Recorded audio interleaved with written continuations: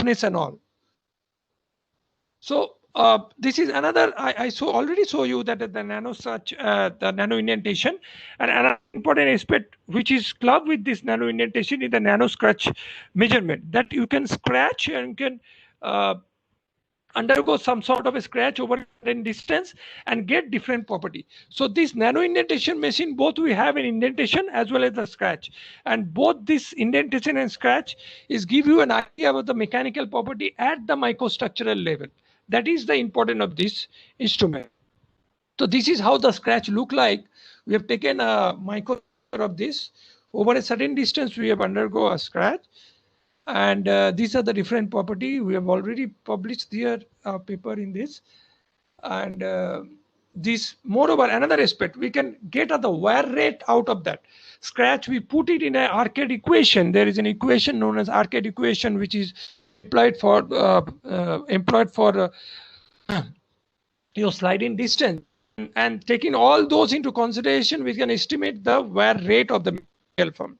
So this is just an idea how to use those machine to get different parameters that will be useful to explain the mechanical property along due to the change in the microstructure of the bone. These are the formula which you have. And now recently what we are working with, other part is a composite, like a polymer matrix composite. One of my scholar is working on this. Our aim was to develop polymer matrix composite, rather a green composite, which our aim was to develop a green composite. So what we have taken different natural fiber. It's starting from the jute or sisal and the coconut wire. These are the natural fiber. So we have taken two type of natural fiber. One is the jute and another is the sisal, which are mostly they are widely available. Now the jute is also known as your leaf fiber, and the sisal is known as bast fiber. The difference between the leaf and the bast fiber is there that jute will give you more strength and stiff, and sisal will give you a bit more toughness as compared to the gist. So as compared to the jute. So taking that into consideration, we have taken an thermosetting polymer, which is mostly widely used, which is known as polyester composite, polyester, unsaturated polyester as in matrix, and try to reinforce this jute and sisal. What our objective was to develop a natural fiber-based structural composite. This was our to get a green composite was main objective, and try to develop a composite with both combination of the strength and the toughness. So our aim was to use the natural fiber, the short fiber, not one. So we cut into 3 centimeter length with a certain aspect ratio, and try to develop a metal or metal oxide powder so that both the toughness can be impart on the composite. One is the stiffness or the strength will be provided by the fiber, and then if we use a metal oxide, that will also give strength to certain amount. So what our idea was, we have performed a hand layout process, and the fiber which has been treatment, and then these are the process we have lay up in a mold, and then we put that resin and with certain catalyst, and that has been used so that it can cure properly. And after that we have used both that fiber and along with the zirconia. So zirconia both are two type of metal oxide that we have taken, and the idea of using this alumina or zirconia is that alumina is widely available, okay, but the idea of using the zirconia is that ZrO2 is the zirconia is among the different ceramic or the metal oxide based ceramics is available. Zirconia will give actually the maximum toughness. So that was the idea in utilizing zirconia as a filler material. So these are the tensile strength that we have obtained by different starting from the UP to you see this type of here where you can see there is an enhancement in the strength, because UP and all they you see this has got a very less, that within 10 to 20 MPa as the strength of the matrix. So we have tried to put jute. We have put only jute, and then we have jute and aluminum both combination, and jute, aluminum and zirconia as a combination. We can see when you have put a zirconia, you get a more strength along with the jute. So this is how after the tensile, hello. This is how the fracture surface of the tensile specimen look like. Okay, so these fracture surface are the with you see, these are the jute fiber and these are the voids. So after the tensile testing, so these are the fracture surface we have undergo a fractography testing, also known as fractography. So you can see some voids and cracks and fiber pull out. Those are the different types of features that can be easily visible from here. Another type of fractography can be visible with different particles that are clearly, and these are the fiber. These are the fiber that you can see from here. These are the fiber that are coming out from here. So these are the fracture part, and clearly the pull out of the fiber and particles can be visible. So these are the impact. This is very important, and here I just want to point out a important aspect is, in the case of a metal, we go for a Charpy test, but when you go under polymer based of material, then we need to go for a IJOT testing. So IJOT is the best test for the polymer material, polymer based type of composite material. Okay. These are the summary that we obtained from there, and on more important that our aim was mainly to develop a natural fiber based composite. Apart from we tried to eliminate that zirconia part from here. So zirconia or aluminum, for that we have taken a fly ash, modified fly ash, that is the scrap from the waste material from the industry part. We have developed that fly ash and which is mainly which the carbon part is more. So try to eliminate the carbon part. We have undergo a sort of a heat treatment, and there is a change in the color from black to brown. Okay, so a slight shade of the brown or gray type of thing. So this is actually the fly ash we have taken, and this is how the morphology look like in the case of a fly ash. This is pre-heat treatment. Before heat treatment, these are the particle, and after heat treatment, you see the reduction in the particle. This is quite amazing. Means we are by seeing there is a reduction in the particle. Then later on, it will we get an idea. Those carbons which are there, those carbons are eliminated, and those due to the elimination of the carbon for the particle, and you can see there is a reduction in the particle size of that. So that was very important, and important aspects here by taking the fly ash. And you can see the fly ash. This is so what are the different part of the fly ash that is there? Mainly fly ash is a combination of the silica and then alumina, and different parts are there. We have performed an energy dispersive spectroscopy. There is a facility which is attached with the scanning electron microscopy. So they actually give you a basic localized aspects of different elements that are present with it. So you can see these are the confirmation of the different elements that are present here. Again, we have performed an XRD. Okay, XRD that we perform, and this XRD gives us an idea of that we have prepared the composite and how the different material, what are the different phases that form. And clearly you can see from here, both here the jute is there, and here we have put both jute and mullite and quartz. So quartz is SiO2, which is a silica based material which is present in the fly ash, and mullite is a combination. You have silica and alumina, also known as aluminosilicate. So both, you can see mainly the two important ingredients of the fly ash is, one is the silica and another is the alumina. So both parts were present in, as you can see from this X-ray diffraction technique. And we have undergone mechanical testing, and the bulk mechanical testing was performed and in an installed machine, and with different filler content we have plot the tensile strength and the tensile modulus part. And you can see this is our best combination, where we put a jute, sisal and fly ash. You can see something like in between this jute and that. So this is quite important part, because we want to put some sort of toughness in the material also. So that is important, which you can easily find from the impact testing. So sisal is something which will impart a bit more toughness apart along with jute, because jute mainly give more towards the stiffness. So what we have found that this combination in pink is the best. So with respect to both combination of the strength and the toughness, and this is very important after we perform a tensile test, you can see this is a factography that has been performed, and there is quite different types of fracture type of feature coming out of these fiber from this, and the pull out of the fiber and some of the cracks and all. But this type of cracks and the fibers were quite less as compared to, and if this type of cracks or the pull out is coming, it's quite less, then the material is good with respect to design criteria. And this is flexural testing or 3-point bending test was also performed. This is also very important, and you can see there's both a combination.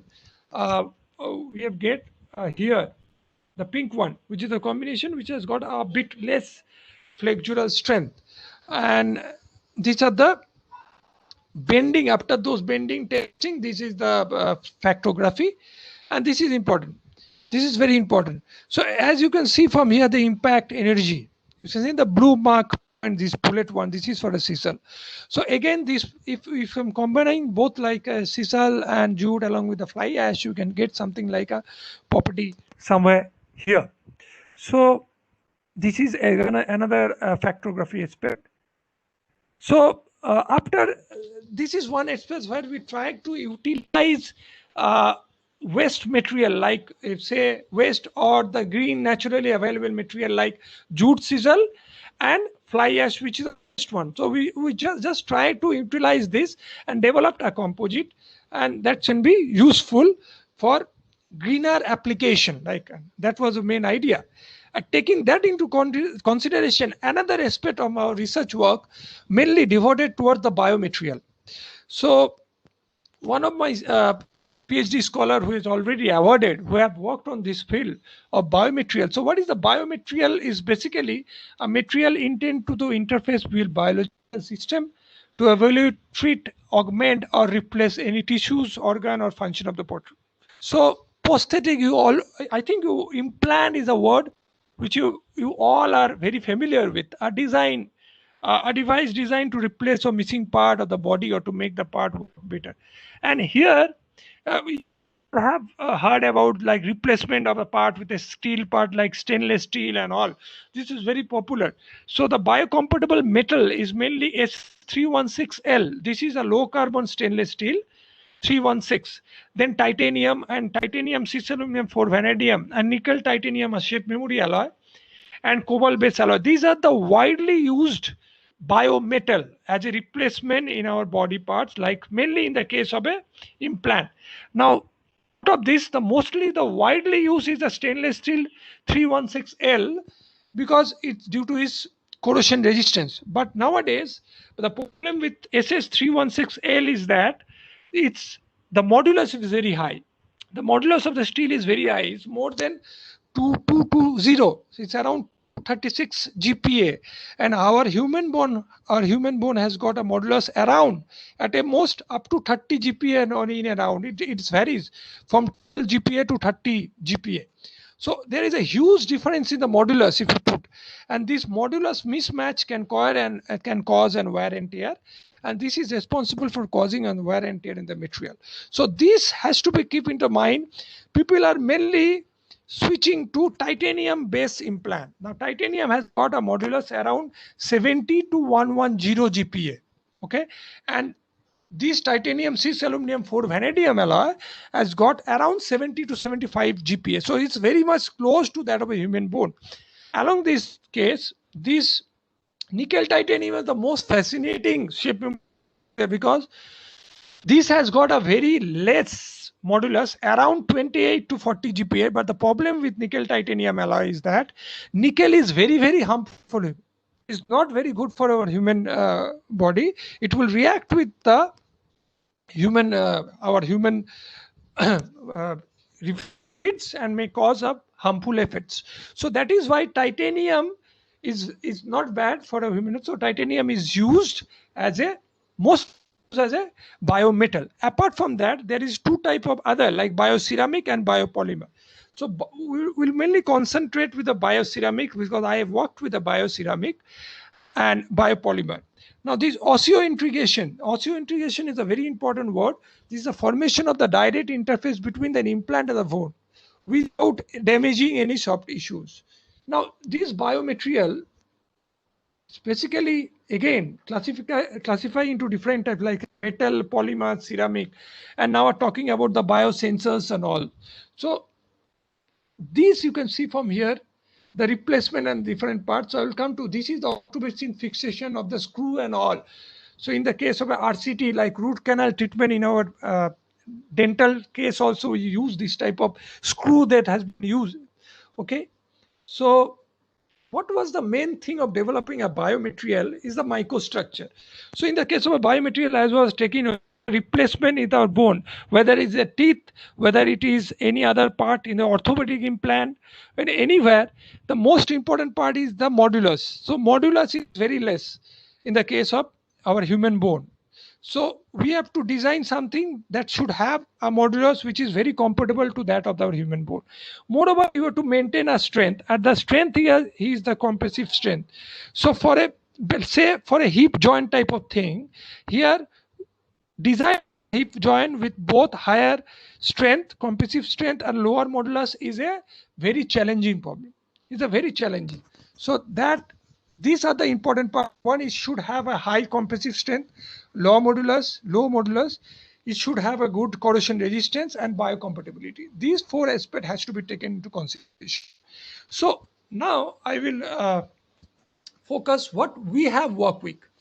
So if you see, we have worked with this hydroxyapatite.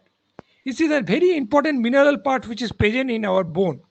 So our bone has gone to one is the collagen part, another is a hydroxy mineral part. Now this mineral part is a hydroxyapatite, so which is there present in our bone. So this is a calcium phosphate based hydroxide. Okay, well, you know that calcium and phosphorus is very important for our human bone, for the development of the human bone, and the ratio of around 1.67 is very important between calcium and phosphorus to make a proper hydroxyapatite. So this hydroxyapatite, this is the which is available by a company, this Sirma Elrich. They have this 5-gram hydroxyapatite cost around 9,000 rupees. So we have procured that, but again, that thought of developing a hydroxyapatite in our lab has evolved. So it was well established that a commercially available or hydroxyapatite there, people are developing the hydroxyapatite from a chemical method. Those are available. So what we have thought about, if we can use some naturally available resource like biogenic resource or waste product, if that can be used and utilized to extract the hydroxyapatite. So extraction of hydroxyapatite from egg cell is quite popular and established. So what we have thought of that, so once we have moved to in a conference in Behrampur, and then in a Gopalpur beach, we have seen this type of calm shell. People are selling those. So we have procured that calm shell from Gopalpur beach and try to extract the hydroxyapatite from this. Along with that, the fish bone and the shell. So those are the two aspects. So what we have thought of that, I will come to that. So these are the important aspect of the hydroxyapatite. Like you can see this dental implant or the screw, hip implant. Okay. So our objective is to synthesize bioceramic hydroxyapatite, okay, from natural resources, okay, and also to test the whether to see it have got a modulus and the strength which is required, and along with the biocompatibility, okay. So these are the three aspects that we have. I told you about the we procure or we collected the calm shell from Gopalpur beach, and it's the scientific name of that is Marsenaria calm shell. Okay, so this is how it looks. We crush it, we grind it. Okay, and we have taken two types of fish. One is Lattes calcareous fish, which is also popularly known as bhetki in West Bengal, and then katla, katla fish. So one we have taken the bone, another one is taken the scale, and these three aspects we have tried to utilize. And this is the first one. We have taken a mechanochemical method. Again, we have used a ball mill. This machine we have, and this is how it's work. The ball and the powder is rotate with certain RPM, the planetary motion. So these are the different techniques that we have taken, and we have added some sort of a calcium phosphate along with the phosphoric acid, and we have undergo different bleeding hour and obtain and have this X-ray give us an idea about we have obtain and have after 13 hours by taking calcium oxide that we obtain from the calm cell along with the phosphoric that we obtain from the phosphoric acid. Okay, these are the two aspects, and we have undergo a sort of a heat treatment at different time. Okay, and basically we have obtained two type of combination of biochemic. One is called HAP, hydroxyapatite. Another one is the beta TCP, which is known as tricalcium phosphate. Both are very important for our human bone. And this is how it's look like when you undergo a morphology of the powder in a scanning. You can see a distinct feature of that. How does it's actually the HAP is look like its structure is hexagonal. It's look like a hexagonal in a microscope. Okay, and these are again the which will confirm about the presence of the calcium and the phosphorus here. This is another important aspect along with the energy dispersive spectroscopy. This is called elemental map. So they are in a scanning electron microscope, which can map the different elements, which can map a microstructure and give us an idea about what are the different elements. You can see in all the case you have a calcium and phosphorus. And these are the ratio. You can see we have obtained a varying ratio 1.58 to 1.6. The exact ratio is 1.67 to be considered as a HAP, but generally 1.6 to 1.7 acceptable. Okay. And this is the I was talking about your transmission electron microscope, where you can find the atom. I was talking about that. You can come here. So these are the different planes. Okay, these planes are actually, and the atoms are there in the plane. These are the atoms, and in between these two planes, you can find the distance can be measured. This is known as interplanar spacing. So these are the part. This small we can zoom, you take and you go through, and you can see like this. So this is actually also known as lattice fringes. In the case of a X-ray diffraction, you have X-ray diffraction technique, light diffraction technique. Here you have electron diffraction technique, and here you will get a peak, here you will get a spot. That is the difference. But both part you get a diffraction, and diffraction method will give you a more resolution in the material. So this is the presence of the atoms. So here we have calculated the modulus destructively. This is a technique that has been utilized to calculate the modulus, and this is a non-destructive method, ultrasonic method, where this is a formula used where the waves were calculated, longitudinal and transverse wave, and Poisson's ratio is known. So these are the different, we have put that within that equation and get this type of value. Modulus is around 100 GPa, which is quite high, but actually this available modulus in the case of a HAP is around 114 is reported in the literature. Okay, and we have taken, since it is a powder tablet, so we have undergo a micro indentation technique. We could not perform any sort of tensile test and all. So micro indentation technique we have calculated, we have undertaken, and we have calculated the micro hardness. And you can see here important fracture toughness was also calculated from here. The formula available. And you can see these are the indentation, and the flow of the material can be easily visible over here. And this is another parameter. We have utilized different parameters available in the literature and try to explain what are the how the property behave. It's mainly due to micro indentation derived power, and the fracture energy, which is very important.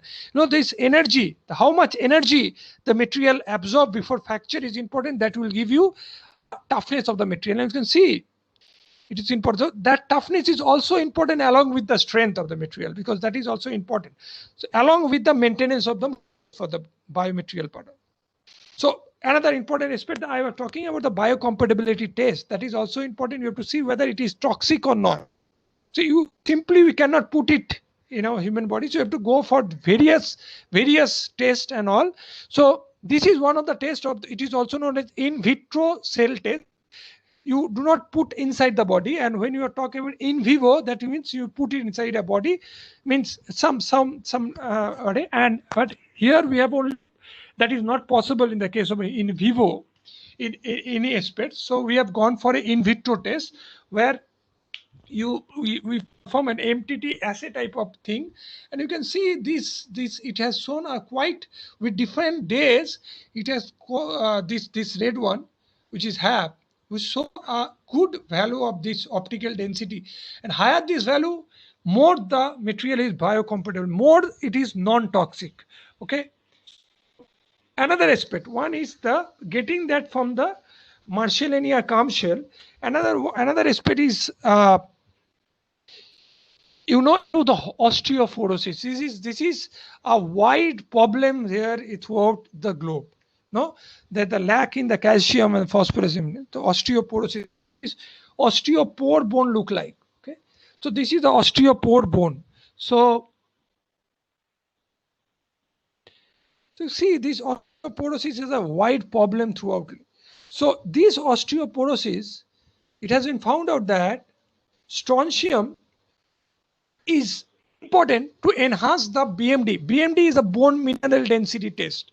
Okay, widely this mainly the orthopedic surgeons and all generally prescribe this type of test. It is known as BMD test, bone mineral density test, and it has been proved that, clinically proved that, the reducing bone absorption and increasing bone formation. So bone can be formed if you put this strontium as an important aspect. Now, one important part that I can put here is that strontium is a cation, calcium is a cation. So both strontium and a cation and calcium, they are very close to each other with respect to their atomic diameter, atomic radii. So one can be replaced by the other. And our aim was to develop a HAP which contains certain amount of strontium. Okay, so what we have taken, a hydrothermal method we have employed. So hydrothermal method, which is in situ method of the development of the material. So here we have used some ammonium phosphate material and strontium chloride, and through different materials we have tried to dope strontium within. So here what we have done, we have, after going through that in that material, we have undergo different types of testing. Okay, X-ray. The X-ray also confirm the formation of the strontium based HAP. Okay. And you can see the elastic modulus developed. The elastic modulus, we have taken the elastic modulus into consideration, and then again we have performed all sort of experiment that I've shown you, and you can see different types of property that proved to be a strontium based material is good, and this is very important, like cell culture test, and this is fluorescent microscopy that has been done. In one case we have able to done it, and you can see this has so quite good amount of value of the, which can show this is a non-toxic nature of the material. Another method, so those are the part. One is with adding of the strontium, other is without adding the strontium, the first case.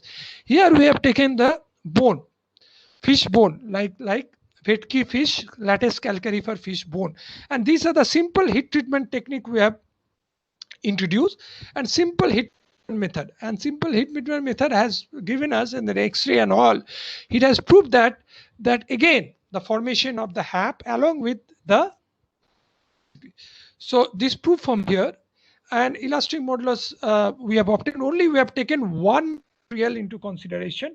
We saw a good amount of HAP formation, and only one we have taken, and this S-HAP is nothing but the chemically developed HAP we have procured from a lab which is CGCRI lab in Kolkata. So we have compared their HAP and along with what we have done. And this is the difference between the modulus that we have got.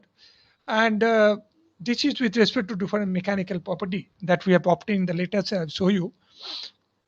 Another aspect is the utilization of the scale of the fish scale, katla scale, similar heat treatment method. And again, uh, it shows again the formation and quite good amount of the HAP within the material. And this different technique, different property of the mechanical property. So you can see from here. And I have not put that biocompatibility test, but in both the case, both our developed from fish scale and fish bone, the HAP that has been developed was showing a good amount of, or rather I should say, a very good biocompatible, which is quite comparable to that of the synthetic HAP. Now, this is one other aspect. Those are the formation of the bioceramic. Now we have switched on to the formation of the biocomposite. Now I have taken as I was talking about a biopolymer and PEE polyether ether ketone, which is a semi-crystalline polymer, which is a polymer. Now what our aim was to say, let's develop a biocomposite. And a biocomposite, we just want to put a biocomposite, develop a biocomposite by incorporation of a bioceramic within a biopolymer. Okay, so we want to develop a bioceramic by putting a bioceramic, we want to develop a biocomposite by putting a bioceramic within a biopolymer. So what we have taken, simply we have undergo just like a powder metallurgy technique. We have taken two HAP. One is the undoped HAP, another strontium dope HAP that I have shown you, from which we have got from that CAM shell. And we have gone through this method and developed this type of small cylindrical pallet that can polish. But this cylindrical pallet we have tried to develop, and we cut and make it a polish. We have performed an X-ray. Now X-ray, this is a PEEK, which is a biopolymer. You can see this type is a semi-crystalline polymer. And when you put an HAP, is undoped and this is dope, you can see this SCP is a dope actually. Dope. So you can see that is the formation of both HAP, either dope or undoped, which is present here. And this is the microstructure which is look like when you put, and this arrow marks show the presence of different HAP, either dope or a undoped one, either dope, strontium dope or undoped HAP. So these arrow marks show you that. So, and it's quite uniform distribution of that is available here. And this is the elastic modulus. You can see when you put higher amount of strontium and HAP, either dope or undoped, then we can improve the elastic modulus. Now the drawback of PEEK is, again, the elastic modulus is very less, 3.6, which is very less. Now it be used. So again, we have utilized the idea of the composite material and try to impact that higher modulus and put that either dope or undoped both, and both you can see there is a quite comparable value of the elastic modulus. And this is the micro hardness that I will show you of different either dope and undoped. When you can see experimental value is here. Value, and this ROM is a rule of mixture technique, which is used mainly in the case of composite for the calculation of value of the composite material. And MROM is a modified rule of mixture. Halpan-Sai is another technique where you can use, there is a specific formula is there, you can put that formula and you can get that. But our aim is to show you this experimental and rule of mixture technique. You can see there is a quite variation in the value, but whether it's a experimental or a rule of mixture or other model, the idea is that when you put a dope or an undoped HAP within a PEEK, there is an enhancement in the value of the microhardness. So the key findings from this throughout our work on based on the biomaterial is that we are able to develop a small nano size hydroxy powder, or it can be successfully recycled from that, and we have developed using a mechanochemical method. And both both this fish bone, lattice calcareous fish bone or katla fish scale, a simple heat treatment method was sufficient to develop this. And these processes are very cost effective and simple. And then in vitro cell interaction is quite good, and the crystallinity of the peak matrix is with the increase in the dispersion phase, enhancement of the mechanical property, and the in vitro cell material interaction reveal that the strontium base have peak composite display a better cell growth and cell proliferation. That means the growth of the cell within, that the osseointegration is very. So that's all. I like to thanks all the audience and everybody. And with quoting this famous quote by James Dyson, the manufacturer is more than just putting part together. It is coming up with an idea, testing principle, and perfecting the engineering as well as finalization. So I like to acknowledge all my collaborator and my student. Some of them has got their doctorate degree, like Anindo Pal, who has worked in this biomaterial material, and Bhavatos Vishwas, which is still working with this polymer base and polymer composite and all. So thank you all. Thank you again. Hello. Yeah. Yeah. Hello. Yeah. Thank you. Thank you. Am I audible, sir? Yeah. Yes. Am I audible? Yeah. Okay. Okay. Thank I you was- so much, sir, for your. Just a minute. Yes. I am clear with this presentation. It was audible and all. Yes, Yes, sir. sir, Yes, it sir. was It's Okay. Okay. Thank you. Okay. If anybody in the audience want to ask anything, please raise your hand or type your question.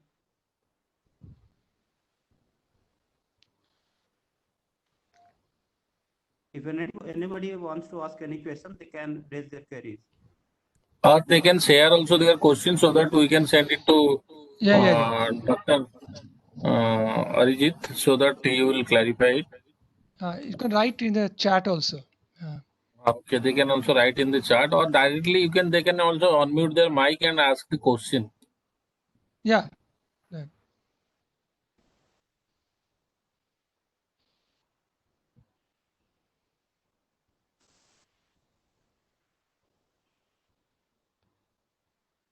Sir,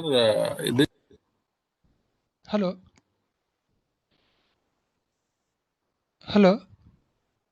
Yes, Dr. sir, Rao. you are audible. Yeah. yes, sir. I'm not visible, I think. So. Yes, sir. This testing, sir, you are doing in your IST Sipur or somewhere else? Yeah. Tell me. This testing you are doing in IST Sipur or you are taking the help of any other organization? No, which testing you are talking about? Which one? Please all go the testing. No. That everything we have done in our School of Material Engineering, and those development, everything has been done, and except that non-destructive testing which I've done in collaboration with one of my junior, which Dr. Avijit Metia, which is there for non-destructive testing in National Metallurgical Lab, NML Jamshedpur.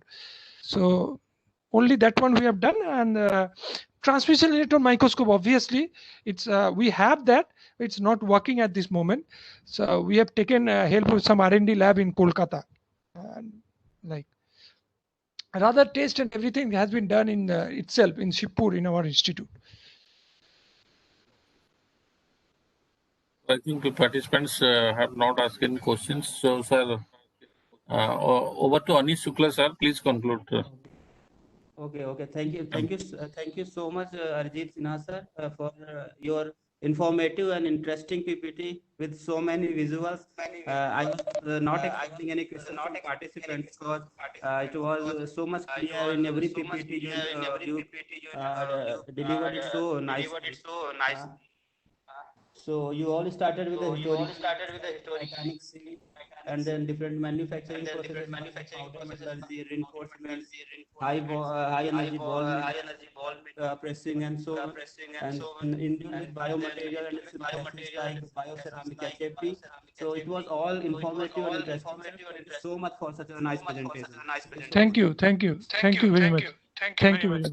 Thank you, Sinha sir. As you have accepted our request and come here to present to our audiences. I'm glad. Thank I'm you, sir, glad. once again. It's my pleasure. It's my pleasure to be associated with this AFD, FDP. Thank you. Thank you all. Okay.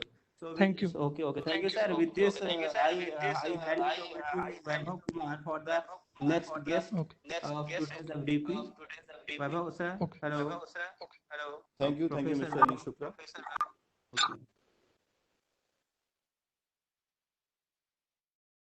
Okay. Vaibhav sir, you're not audible. Please switch on your mic.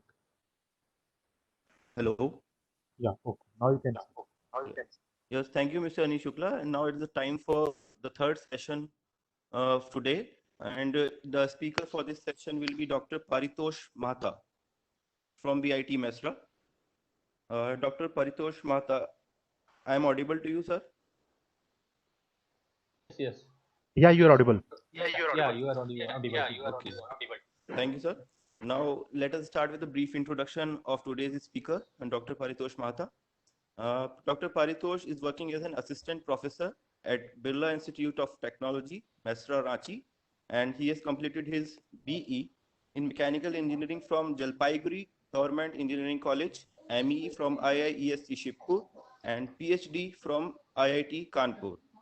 His area of research includes mechanical modeling of biosystems using continuum mechanics and statistical mechanical approach. He has published papers in reputed journals like Physical Review E and FEBS letters on this topic. He has total 5 years of teaching experience in his credentials. So now I would like to invite Dr. Paritosh Mahta to start his presentation. Over to sir. Okay. Thank you. Thank you, Dr. Mrityunjoy, for introducing. Okay. So I am just sharing my screen.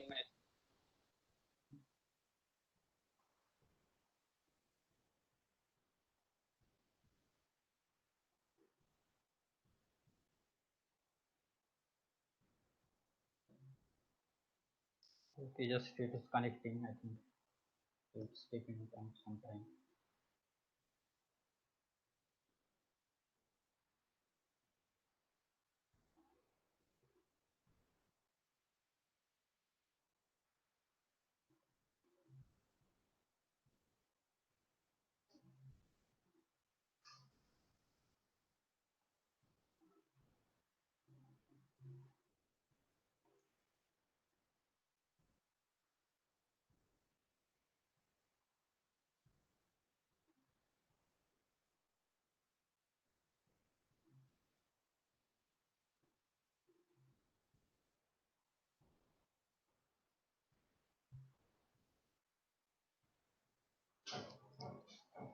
Is the screen is visible to everyone? Hello. No, sir, not yet. It is not visible. Sir, right now, the context. Hello, Pito, sir. I think you have to go share content, right? So there is a Sir, you can share the screen directly and start PowerPoint on your screen. Sir. Hello. Yeah, is it showing? Yeah. Sir, you can directly share your screen and start PowerPoint on your screen, sir. Okay, so that I am doing actually. The screen here it is showing.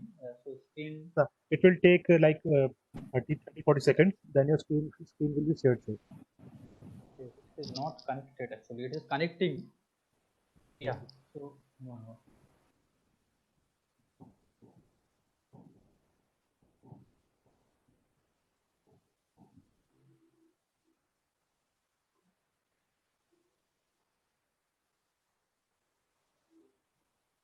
Actually, there is one that is coming that will you allow government college, but there is the allow option that is not. Ankur, make Paritosh sir the presenter. Sir, he is already presenter, sir.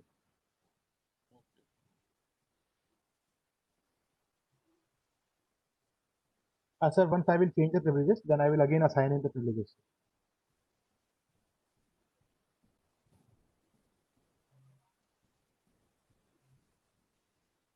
No, it is not coming. Sir, now it will happen. Once I will again make you presenter, sir. Now you can try, sir. It will work.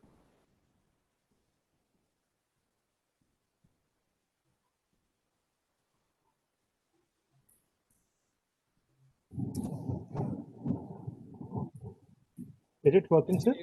It is saying connecting. Okay. But it is not connected. There might be problem due to internet speed. So it will take some time, but it will connect, sir. Okay.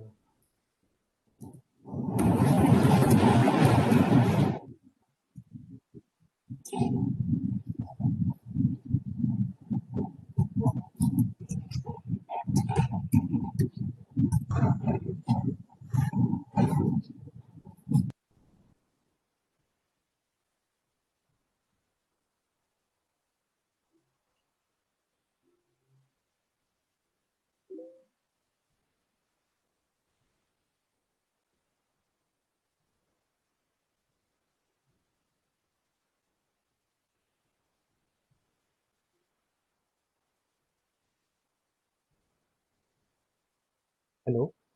Hello. Yes, sir. It was trying to share, but again it stopped due to certain reason. Actually, when I am using this button, the share content, okay. So there is another window that is coming. From here, I am select window or screen or anything, sir. The Firefox sharing indicator or meeting is in progress. Which one I have to select? Right? Sir, at the bottom of the screen, you can see share content arrow.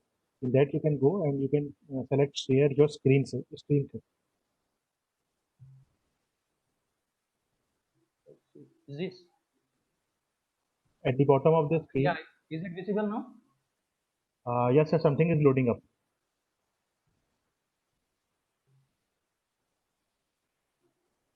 So you have to select share screen.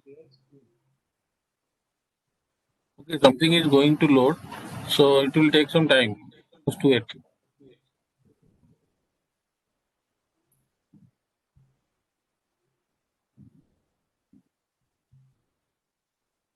Yeah, here actually it is showing you are sharing your screen. That is showing here. Sir, so it will due to might be due to low slow internet speed. It will start after some time. Sir. Please wait.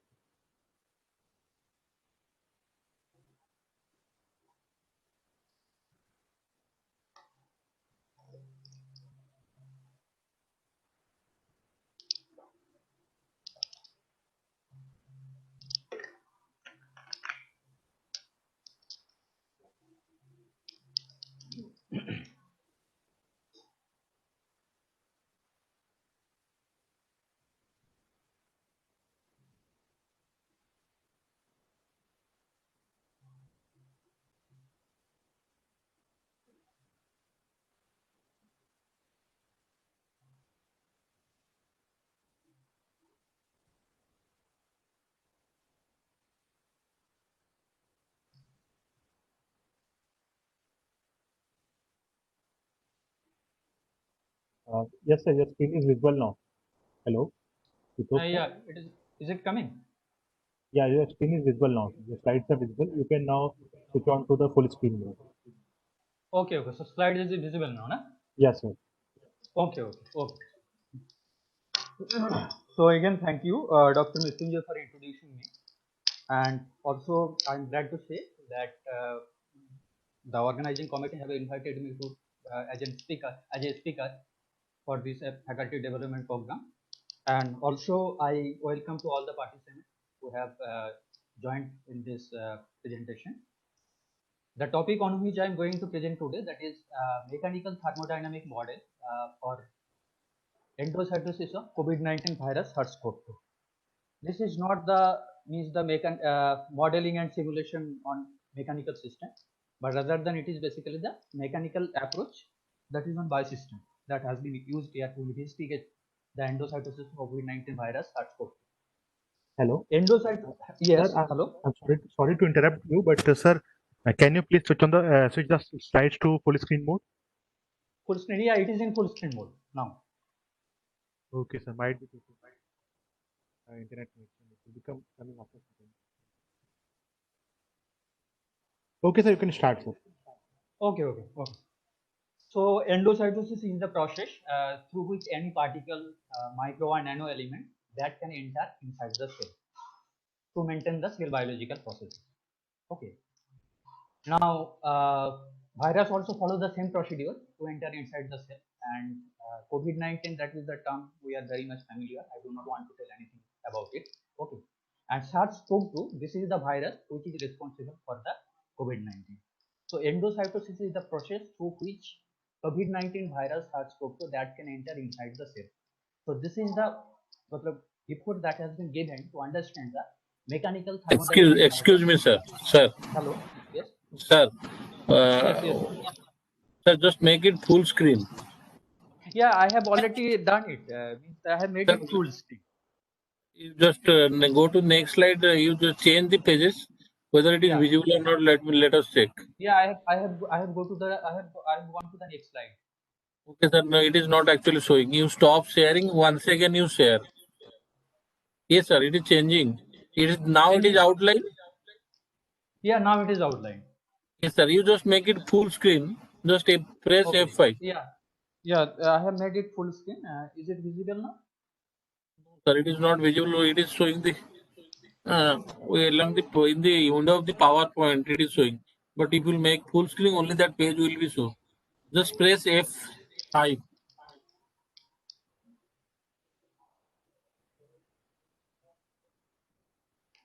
No, that actually. Or from beginning, you just click there. From beginning that tab. Yeah, from beginning that I have done. Yeah, I have made it full screen. It is not showing full screen to us. Okay, sir. Continue. Second slide, I have changed into second slide. Outline. Yes, sir. It is outline is showing, but full screen it is not showing. Okay, sir. Continue.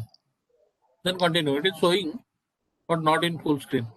Not in full, but in my screen it is showing in full screen. I do not know what is it. So anyway, means that I am continuing because it is taking time. So I think what I can do, I'm just continuing. If you have any problem, so please let me. Right. So this is the brief outline of a presentation. So first I want to introduce about the shell and cell membrane. Okay, so we are very much familiar about the cell, but the detailed structure about the cell membrane that I want to introduce here, so that you will have the idea that how the cell biological process that will happen. And as I told you, endocytosis, that is the process through which micro and nano element that can enter inside the cell. So whenever the endocytosis that will happen, means that any particle that will try to go inside the cell. So basically it will generate the curvature to the cell membrane. That physically we can imagine the situation. So any particle it will try to go inside the cell. So the curvature that will be generated to the cell membrane. So once the curvature will be generated, so what will happen? So the proteins that is present in the cytoplasm, it will sense that curvature, because there are the peripheral protein. They will also have some intrinsic curvature, so they can sense the curvature of the cell membrane. So once they will sense the curvature to the cell membrane, so they will bind on the curved portion of the cell membrane. So we have a detailed discussion about this, but I am just telling about that. So the mechanism of this membrane curvature sensing and generation, there are the several different mechanisms through which this protein that can generate the curvature to the membrane. So I will discuss about that, and what are the different kind of endocytosis that are mainly used in biological process. So that I will discuss, and also the experimental model for this membrane curvature sensing and generation. Next, the endocytosis of SARS-CoV, the mathematical model that has been developed, and what are the possibilities, what other can develop the model improve. So all those things that I want to discuss here in mathematical model portion.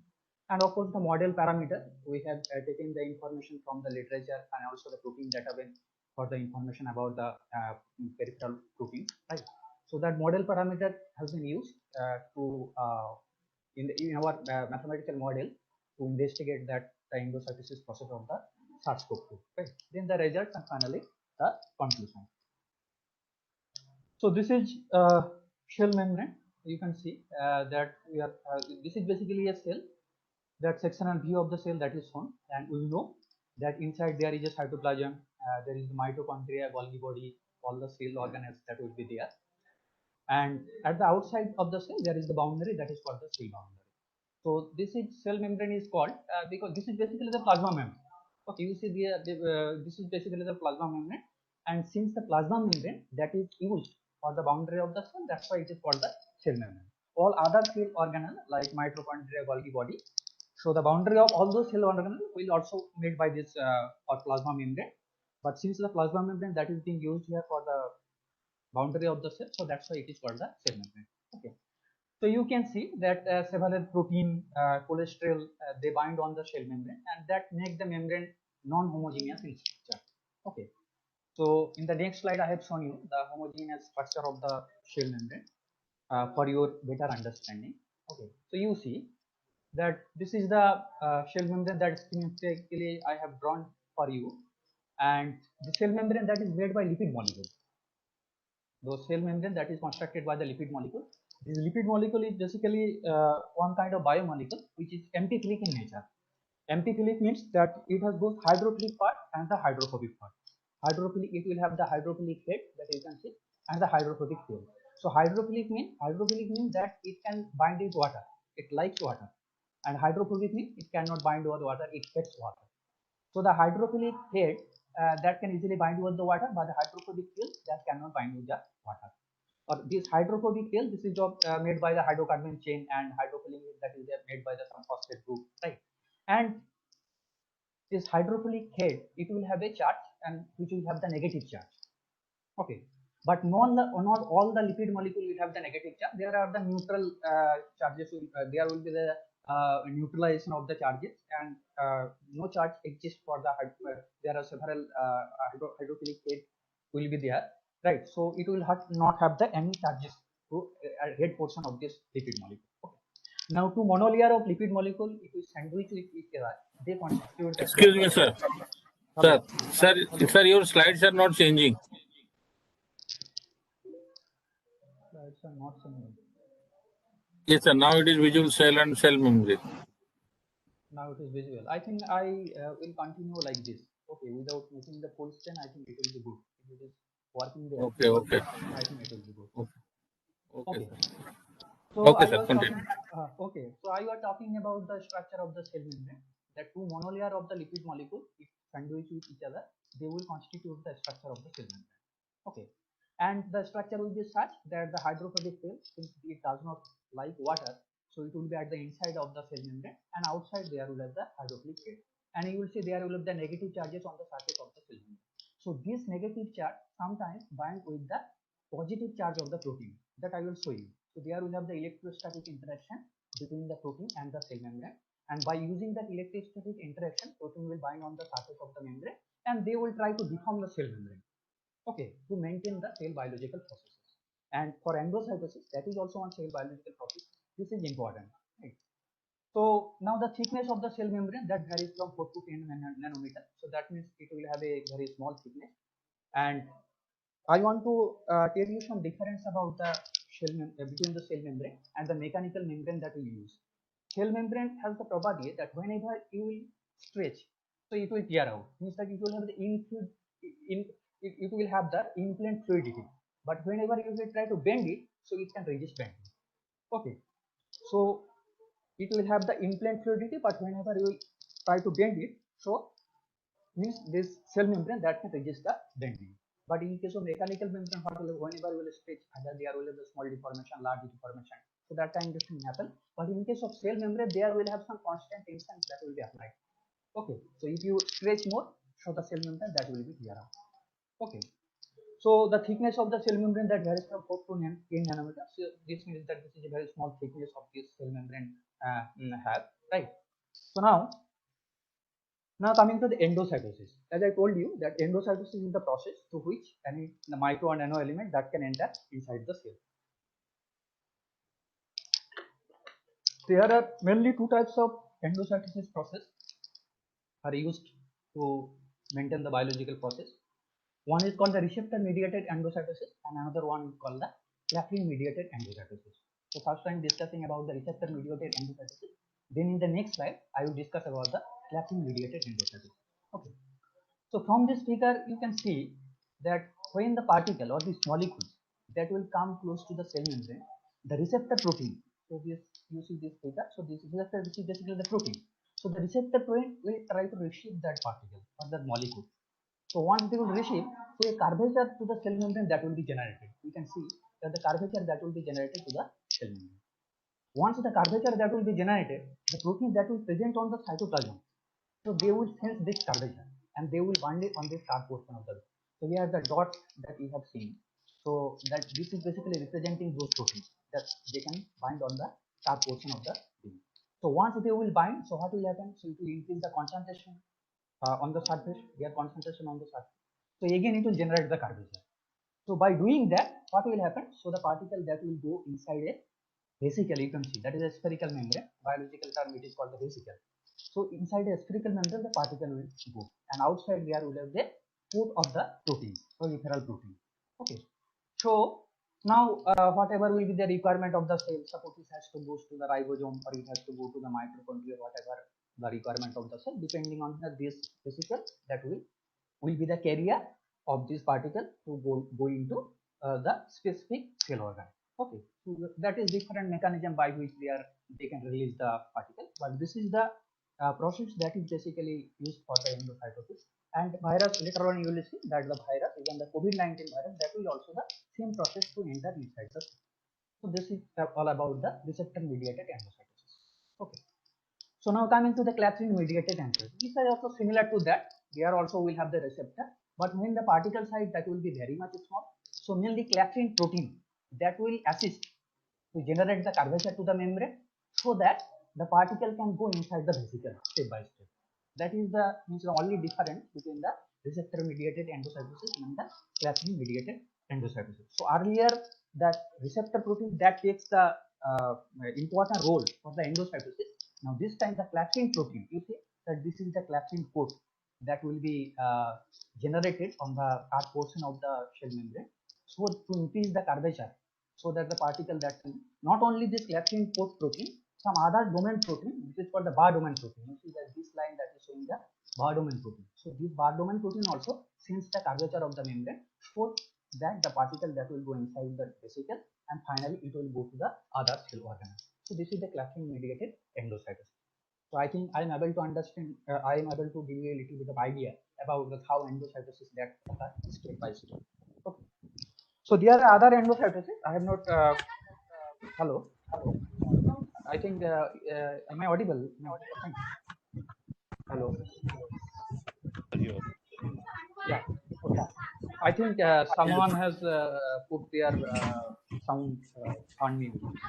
So that's why some sound is coming. Yes, sir. Yes, sir. Let me check.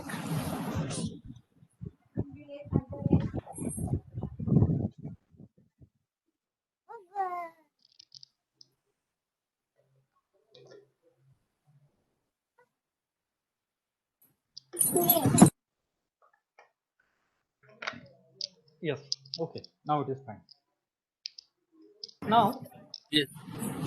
coming to Yes, sir. the It's now coming to the mechanisms of membrane curvature sensing and generation.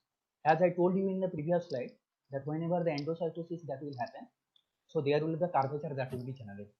Okay.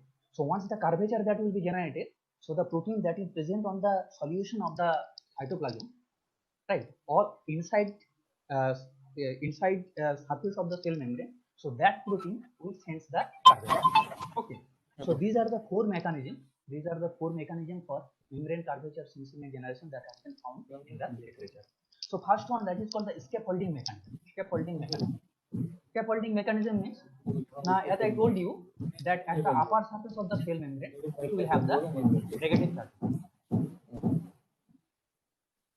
At the upper surface of the cell membrane, there will have the negative charges to the lipid molecule, and this negative charge will interact electrostatically with the concave face of the positive charge of the protein. So here schematically I have shown this protein. This kind of protein is called basically the bar protein. The protein which will have the bar domain, right? So basically two amino acid chain, they will just connected in such a way, so the banana kind of structure of the protein that is observed. So that kind of protein is called the bar protein, which will have the bar domain. So this bar domain will have the curvature, and due to electrostatic interaction, they can scaffold on the membrane surface. So that's why it is called the scaffolding mechanism. So the endocytosis that we are talking about and the present study that I am going to say, share you. So that is based on this mechanism. Okay, but still for your understanding or for your knowledge, I want to just discuss about the other mechanism. There is the hydrophobic insertion mechanism. So there are some protein. Okay, so of course those are the peripheral protein. Peripheral protein means they can bind on the periphery of the membrane. So these peripheral protein will always have the curvature. It cannot be said, but it may have some hydrophobic loop. So that hydrophobic loop can be inserted inside the cell. By doing that also, it can generate the cell. Also, there are small proteins. They will not have the curvature. Also, they will not. Also, it will not have the. There are the small proteins that which will not have the curvature. That it can scaffold with the membrane surface. Also, it will not have the hydrophobic load. But due to the local cladding, they can also generate the curvature. That is called the oligomerization. There may be the repulsion between the protein molecules. So by doing that also, they can also generate the curvature. That is called the steroid. So these are the other three mechanisms. But in the present study that I am going to say, the scaffolding mechanism that will be considered. That's the protein domain that will scaffold on the membrane surface. Right. So because here the idea is that whenever the endocytosis that will happen, so the protein that will sense and generate the curvature to the membrane to assist the endocytosis process, so that particle that can go inside the cell. So that is basically the idea, right? So different protein, what will be the concentration of the protein, how it will manage to endocytosis, that is one important part. Okay, so to understand that important part, we will have this mathematical model. But before discussing about the mathematical model, first I want to do the experimental model also that is used in the literature. Okay, so basically the concentration of the protein that is important on the carbon membrane surface. Okay, so whenever the endocytosis process that will start, the cytoplasmic protein that will bind on the curved portion of the beam or the curved surface of the beam. So what will be the concentration of the protein on the curved portion of the beam? So that is important. Okay, so for different solution of the protein, how it will sense the curvature, to understand that kind of study. So this is the experimental model that is used in the literature. So I want to just introduce about this experimental model briefly so that you will have some idea. Okay. So the membrane, the cell membrane, it is made by lipid molecule. It is also called the plasma membrane. It is also called the lipid membrane. Now this lipid membrane that can be artificially developed in laboratory also. Okay. So you see this is the spherical membrane which is called the GUV, giant unilamellar vesicle. So this can be prepared in laboratory also. Okay. So once this will be prepared, so it is just put in the protein solution. Okay, so it will maybe a different protein or any protein solution. So once the protein, it will be put into the protein solution. So the protein that is present in the solution that will bind on the surface of this GUV or this spherical membrane or this artificial membrane. And in the equilibrium configuration, the chemical potential of the protein in the solution and the chemical potential of the protein on the surface of the membrane, that will be same. Here chemical potential means that that is basically the change of free energy with respect to the number of particles added to the adsorbed phase of the protein. So whenever the number of particles that will increase on the surface of the membrane, so that means the chemical potential of the protein on the membrane surface that will be increased. So that is the definition of the chemical potential. Okay. So whenever this equilibrium configuration that will be achieved, so by with the help of a micro pipe, you can say, we can just suck some portion of the spherical membrane. You see that some suction pressure that is applied to this micropipette. So some part of the spherical membrane that will be inserted inside this micropipette. So this is just used for the holding purpose. There is another device which is used, the optical tweezer. So optical tweezer is used to pull the nanotube. So this is done by using the laser technique. So this yellow color that is showing here, so that is one optical bead that is placed on the membrane surface, and by using the laser ray, this optical tweezer try to pull this optical bead so that the nanotube that will be come out from this giant unilamellar vesicle. So this nanotube will also have the curvature, and it is happening all these things in the protein solution. So the protein present in the solution which will have the same amount of curvature, not in the solution, even on the membrane surface which will have the same amount of curvature, they will sense the curvature of this nanotube. Okay, and they will have the adsorbed phase on the surface of this nanotube. So for different curvature of the nanotube, there will have the different concentration. from that we will have idea that this much of protein will have that this much of that can sense this much of curvature, that much of protein can sense that much of curvature. So that kind of idea that actually we can get from this experimental analysis or experimental observation. Okay. So now coming to the endocytosis of the SARS-CoV-2. Okay.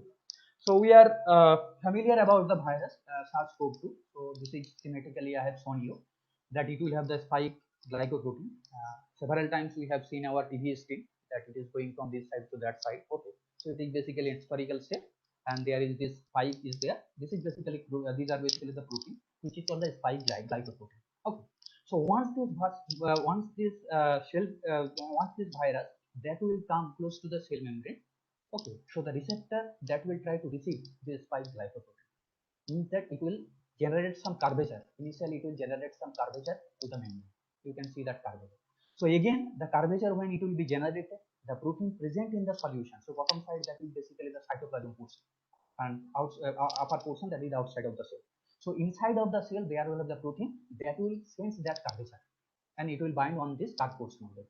And again it will increase the concentration of the protein on the surface, so that will help to other receptor to bind with the other spike glycoprotein.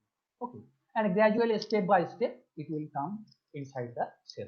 Okay, so these are the names that step 1 that you can see as the binding and recruitment, step 2 that is the invagination, step 3 that is the cycle. These are also biological terms actually that is used. Okay, but we can understand that this is the endocytosis process, and this is, you can say, the qualitative sense through which the COVID-19 virus SARS-CoV-2 that can enter inside the cell. Now we have to model these things mathematically, and we have to also study that what are the concentration that will help for endocytosis of the protein. Okay, so if that will be known to us, then if it is possible to manipulate the concentration of the cytoplasmic protein to the car portion of the membrane, so it is possible that you can avoid the endocytosis also. So that is basically the idea to analyze this kind of endocytosis of the virus. Okay. So now coming to the mathematical model.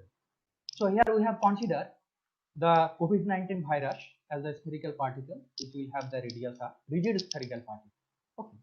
And to initiate the endocytosis, one pushing force F that is used. So this is force that is applied because this whenever the receptor that will receive, so there will have some interaction energy or interaction force will be there. So that will motivate the particle that will motivate the virus to go inside the cell. Right. So to initiate that thing, so this pushing force small a that is applied to the rigid spherical particle which is representing the virus and which will have the radius capital R. Okay. So because of the small force A, it will have the distance h that will be traveled by the particle, right? So now total free energy that we can write at, that total free energy of the system that we can write at Fb plus Fs plus Fn minus Fs, where Fb that is the bending energy, because whenever the particle that will try to go inside, it will bend the cell membrane, right? So it will have the bending energy. So there will have the stretching of the membrane, so it will have the stretching energy, and also there will have the Fn, which is the mixing free energy. What is this mixing free energy? Now, whenever the cell membrane will be carved, as I told you, so the protein that is present in the solution, they will bind on the carved portion of the beam. Not only the protein that will come from the solution, but it can come also inside surface of the cell membrane, because as I told you that the protein in equilibrium configuration before starting the endocytosis, the protein can bind on the inside of the surface of the cell as well as it will be present in the cytoplasm also. Okay, so they will sense this curvature, protein will sense that curvature. Now once they will sense the curvature, there will be adsorb phase of the protein, and this adsorb phase means that there will have the interaction between the protein molecules. So the protein molecules will be beside each other, and sometimes if their concentration will be more, so there will be the penetration of the protein molecule to the other molecule, right? So this Fm, that mixing free energy, this term will encounter the protein consider this term mixing free energy that will consider the protein-protein interaction, as well as when the protein that will bind, it will provide a fixed pressure to the membrane. Okay, so the protein-protein interaction and the fixed pressure that will be applied by the protein to the cell membrane surface, that will be considered under this mixing free energy term Fs. Okay, and we have subtracted the work done at it because we are mainly concerned about the concentration of the protein. Okay, now what is the outside effect that we are considering that we do not want to consider. So that's why in the total free energy of the system, we are subtracting this term Fh from the total free energy of the system. Okay, now you have the flexibility. You can propose a better model for the bending energy. You can propose a better model for the stretching energy. Also, you can develop the mixing free energy, and you can substitute all this in the expression of this total free energy. Okay, so you get the total expression of the free energy of the system. Okay, so then you have the flexibility, and of course the better model that is always acceptable, that will capture the real scenario. But in the present situation, in present work, what is the model that we have considered and what is the model that we have developed? So I'm just going to introduce you about those models. Okay, so first coming to the bending energy. Okay, so this is the equation for the bending energy, and it is curvature dependent bending energy. So better I will physically try to understand to you the fact. Suppose you have a paper and you have voltage. So paper will have the very small negligible bending rigidity. So that's why it will bend. So it will have the curvature. Okay. So means that the bending modulus, if it will be multiplied by the curvature square, so that is called the bending energy per unit area. So half bending modulus, half multiplied by bending modulus multiplied by the curvature square. Okay, so that is basically the motivation of constructing the bending energy for the shell membrane, because as I told you that shell membrane which will have the thickness 4 to 10 nanometer. So that means it is very much small thickness that we will have. Okay, so the idea that we are talking about the paper, the same idea that we can also use for the shell membrane also. Okay, so by considering that we can write the bending energy half kappa. So here AM, that is the surface area. So bending energy per unit area if we consider, then we can write that bending energy equal to half of kappa multiplied by under the bracket this term that is representing the effective curvature of the membrane. Effective curvature of the membrane. So how it is modeled? Effective curvature means, so HM, that is the mean curvature. Mean curvature means that suppose whenever the particle that will try to go inside the cell, so basically to generate the spherical cap to the membrane, and this spherical cap will have the two curvature in two perpendicular directions. Cylinder will also have that, and in one direction there will have the zero curvature, another one it will have the radius of 1 by r, that will be the curvature. But spherical cap you will have, or sphere will have the curvature in two perpendicular directions. So the average of these two curvature is basically called the mean curvature. So this means mean curvature is 1 by r plus 1 by r, right? So that is the mean curvature, right? So this mean curvature minus the spontaneous curvature. As I told you that if you suppose consider the paper, you will hold the paper, so there will have a spontaneous curvature that will be generated, right?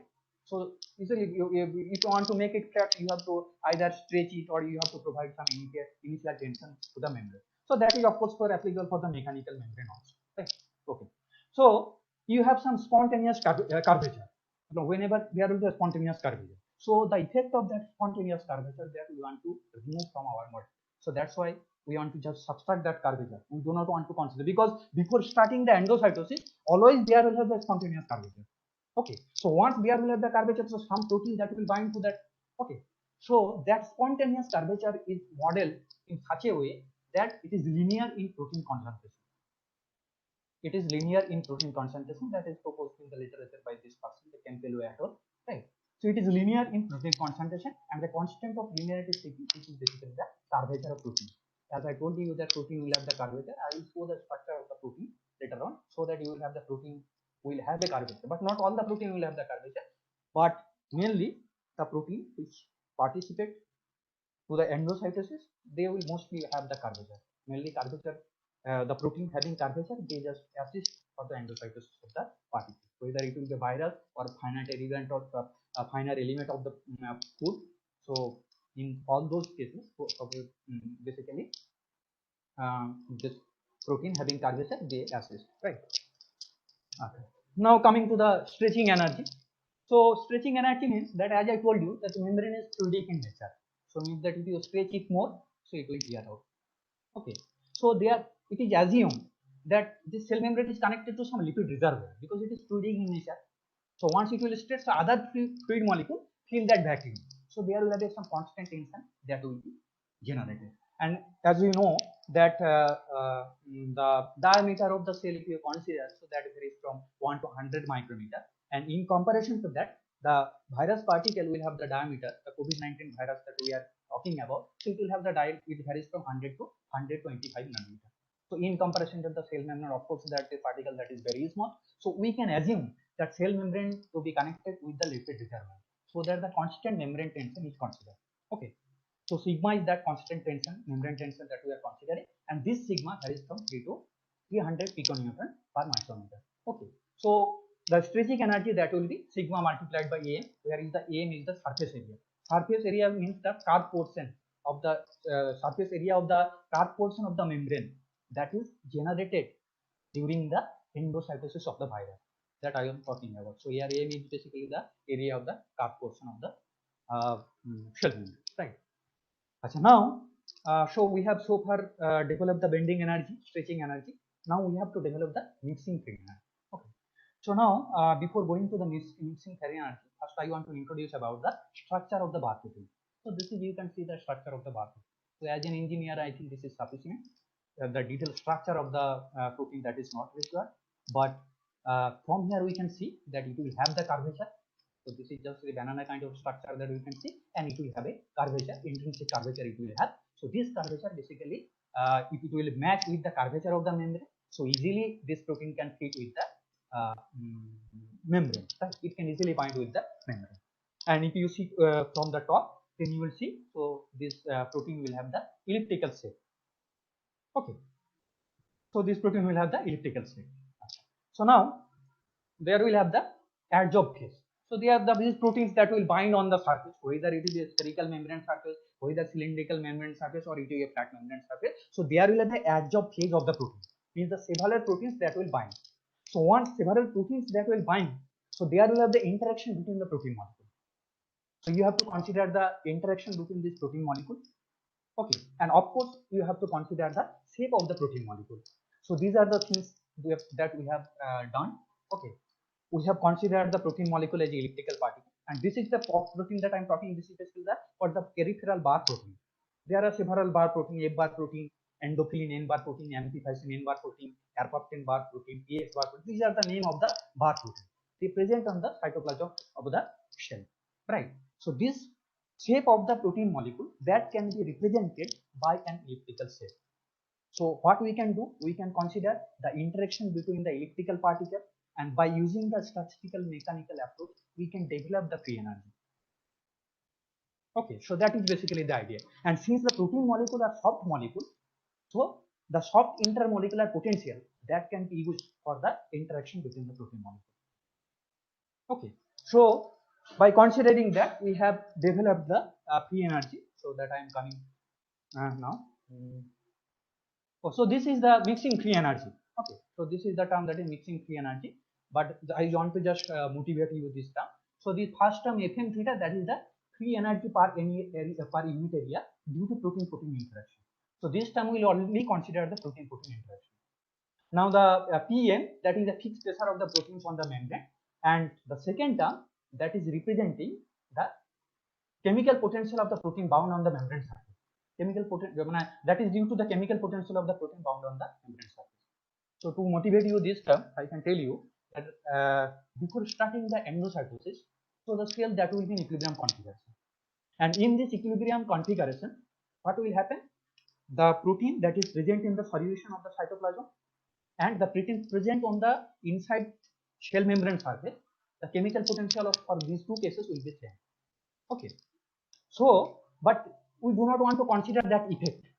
So the protein that is present on the membrane surface, that we do not want to consider. We want to consider the surface or the curved surface that is generated by the virus during the endocytosis. So when the endocytosis of the virus that will happen, so how much curvature that will be generated, we are only concerned about that portion, but we are not concerned about the other portion of the cell membrane. Okay, but since to maintain the equilibrium configuration, what is happening? Now chemical potential, the protein that will be bind on the inside shell membrane surface. So we want to just avoid that contribution, right? So this is the expression that is showing that Fm theta, that is the free energy due to protein-protein interaction, and we are removing the contribution of this, and Pm, that is the fixed pressure. Okay. Now this Fm theta, that free energy part unit area due to protein-protein interaction, you have the flexibility that you of course develop a better model for this protein-protein interaction. You can use the Van der Waals model. In some study, actually, when they are talking about the interaction of the protein, they have used the Van der Waals intermolecular potential. So Van der Waals intermolecular potential means that when they are molecule that will be in contact, so there will be hard contact, and whenever it will be a little bit far away from one another, so there will have the attraction. So that is a Van der Waals intermolecular potential, right? But here we are considering the soft interaction. Soft interaction means the particle can penetrate, one particle can penetrate inside the other particle also. Okay, and to consider that, we have considered the Lennard-Jones intermolecular potential. So Lennard-Jones intermolecular potential is that which represents the soft interaction. Okay, so intermolecular potential, for intermolecular potential, I can tell you that intermolecular potential is that if you take the gradient of the intermolecular potential, so you will get the force in a particular direction. So that is basically the meaning of the intermolecular potential.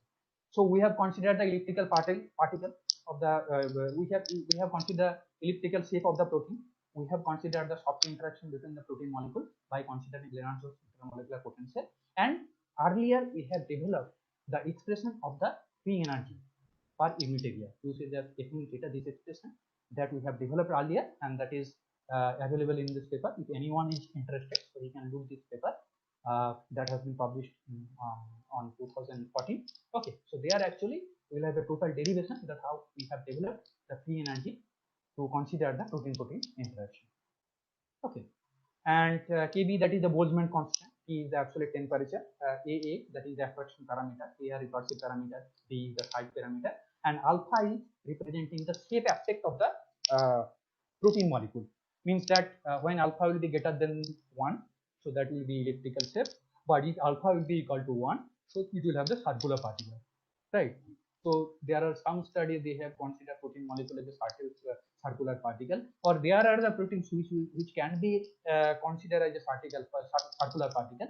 For that case, this model will also be applicable, and in that case, alpha will be equal to 1. Okay.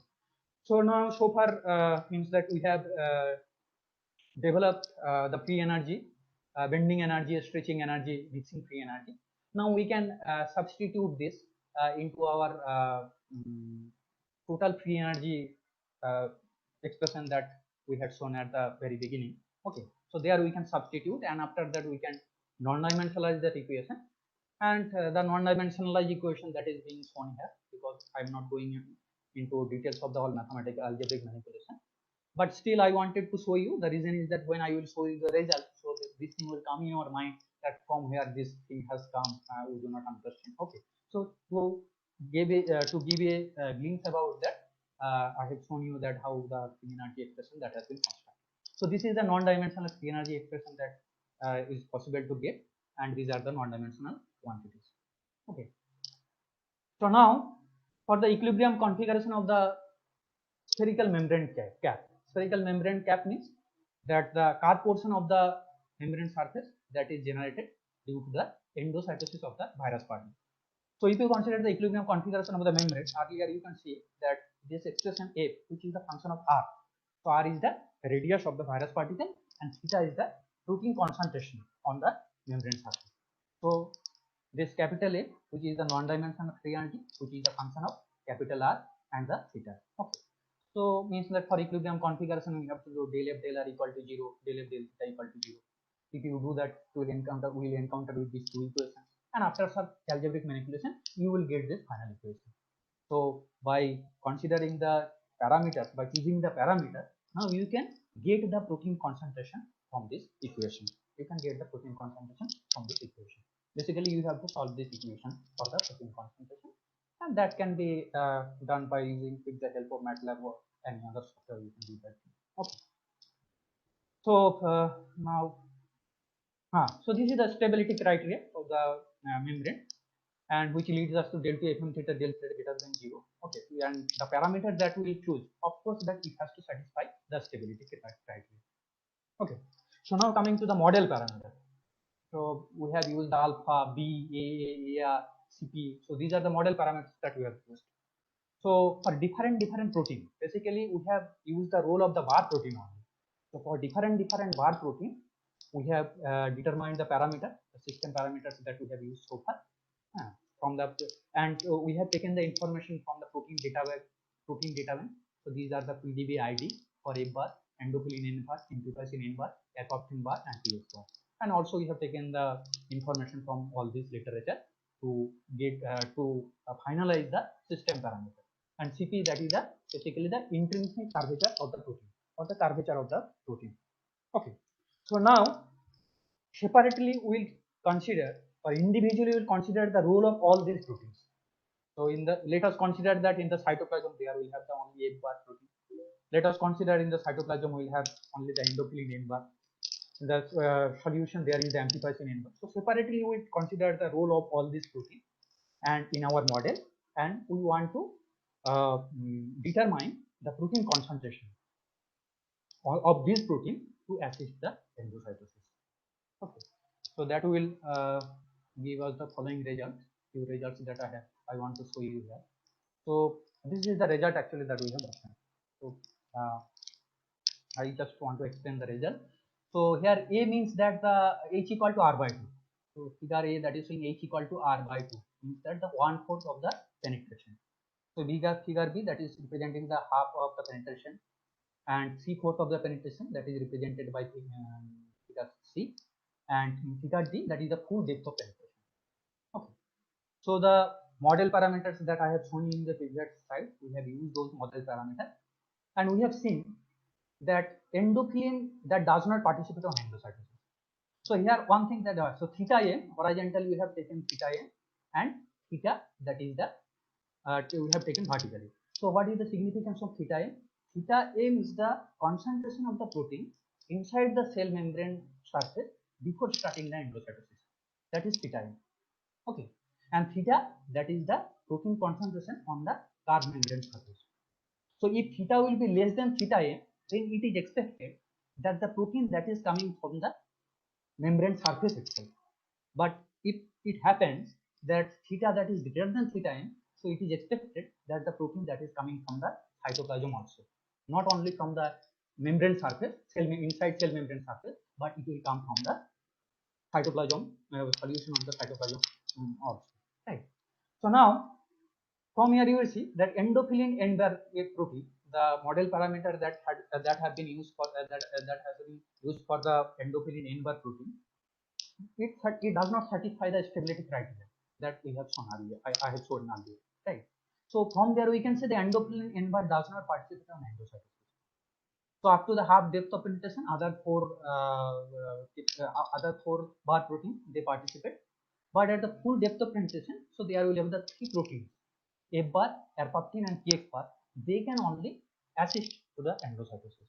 So from this result, we can say that the A bar, erpaptin, and PX bar protein that plays important role on endocytosis of the COVID-19 virus. Okay. So here we have taken the diameter of the virus particle as 100 nanometer, and so the diameter, so the radius of the virus particle, that will be 50 nanometer. And these are some parameters that we have seen. Now, in the next slide, so here actually I want to show that we have identified now three proteins: A bar protein, erpaptin bar, and PX bar protein. Now we have changed the membrane tension. The membrane tension, as I told you, that it varies from 3 piconewton per micrometer to 300 piconewton per micrometer. So we have changed the membrane tension, and we want to see that what is the effect to the concentration of all these proteins on the membrane surface.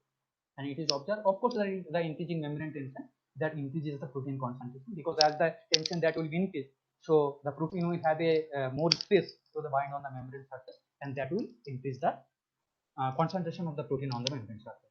And from here we see the result that actually when we increase the membrane tension, then we see that suppose you consider this point 0.2, we'll have the theta m, that is 0.2. Now corresponding theta that is greater than 0.2. So we expect that if we increase the membrane tension, the protein that will not come only from the cell membrane surface, but it can come from the solution also. The cytoplasm directly, the protein can come to the surface. Okay. So this is the thing that actually we have observed for other protein also, for alpha-15 bar and px bar. Okay. So I think this is the significance of this result that we have identified so far. Now we have changed the bending module. Okay, so with the implicit bending modulus for this protein, we have determined the protein concentration with the increasing bending modulus. You know the bending modulus is high, means that is associated that you cannot easily bend that. If the bending modulus that is less, so that means easily you can bend the membrane, right? So with the increasing bending modulus, these are the results that we have obtained. Okay, so one significant result that we have obtained, that we have one unstable region, that inside you see there is no solution. So we have this solution after the level, but inside there is a region which will not have the solution. So that is, you can say, the unstable region. I think in thermodynamics you have seen the PV diagram, right? So there is a saturated liquid and saturated vapor line to intersect at some point, which is called the critical point. Okay, so in between the vapor dome there is a mixture of the liquid plus vapor, so that is the unstable region, right? So you cannot capture that region, right? So that is the unstable region, and the temperature that is constant here.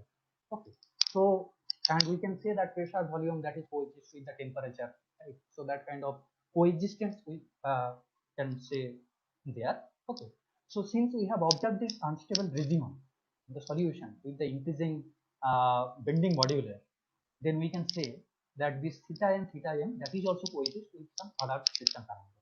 Okay, but what is that parameter that we have not identified so far? We have to work on that. But this coexistence of the phases that actually we have observed in this study, but when later on it will be further studied.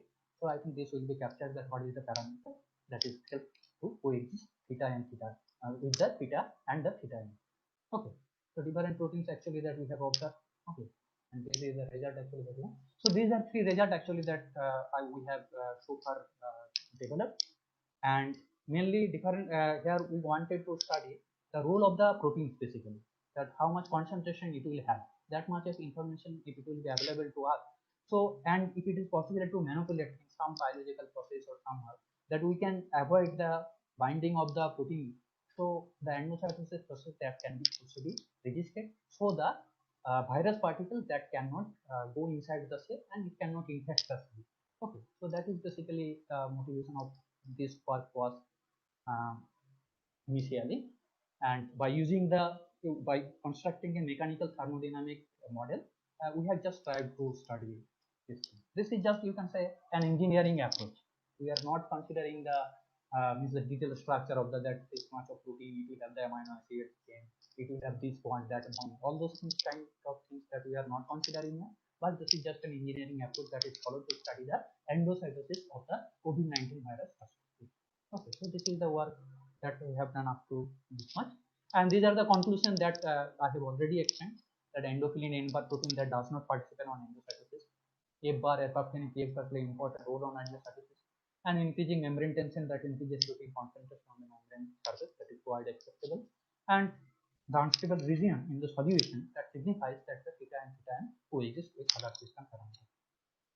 I acknowledge Dr. Lakshmi Narasimha Rao, who is the post-doctoral and CSA, and also Dr. Soham Chattopadhyay, Department of Bioengineering.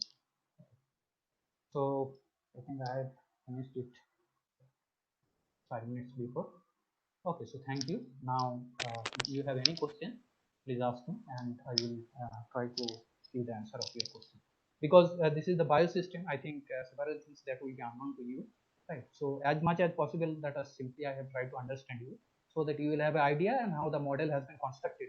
So you'll have a better idea about it. Okay, thank you.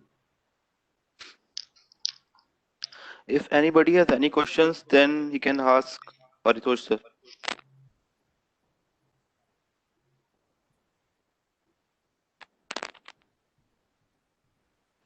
You can type the questions in the chat box also. Okay, look there.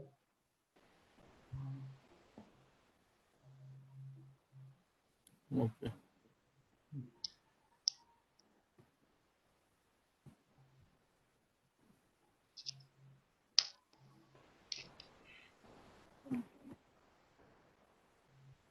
people can directly unmute their mic and also directly ask to Paritosh, sir. Okay, I am just into the video. Okay, if anybody will ask any question, we will pass to Paritosh sir. Okay, in their mailbox, and he will clarify. I have shared the link for the feedback. The participants can fill the feedback form, and this is a nice presentation by Paritosh sir, and I am very much thankful to Paritosh sir for spending the time with us and accepting our request, and hope in future he will also accept our request whenever we require his service. Okay, definitely. Okay. So thank you, sir, very much for this talk. And now I will wait for 5 minutes. We will wait, and so that the participants can fill this feedback form. It is shared in the chat box. And the tomorrow we have another 2 sections followed by the validation section. In the third section, we will have the validation. So thank you everybody for joining with us. Okay. Okay, thank you. Thank you again, the organizing committee. Okay, thanks. Okay.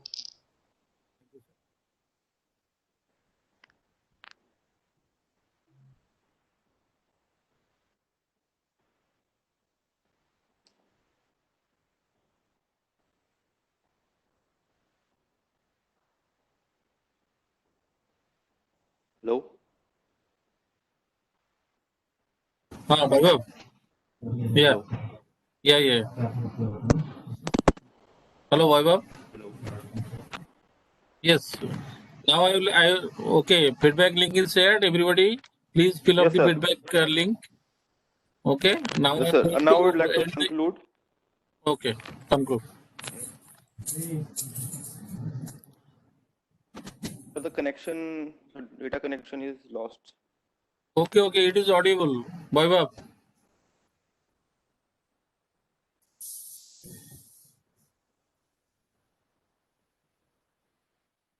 Hello.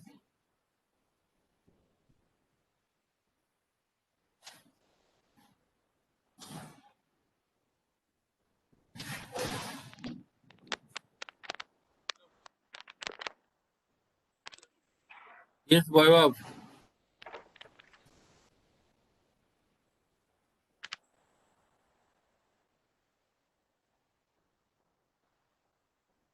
Yes, sir.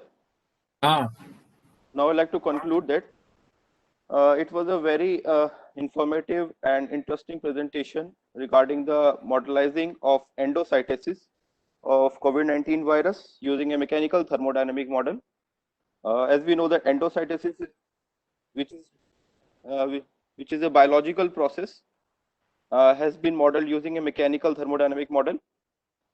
And the usage of the concepts such as stretching energy, bending energy, and free energy have been used in the modeling, which is quite unique. And I hope that the listeners will have benefited from the knowledge shared by Paritosh sir. Thank you very much, sir. Okay, thank you. Okay. Thank you. Okay. Thank you, Vaibhav. Now I am going to close the meeting. End the meeting. Tomorrow again we will meet at 10 o'clock in the morning. Thank you very much. Thank you, everybody.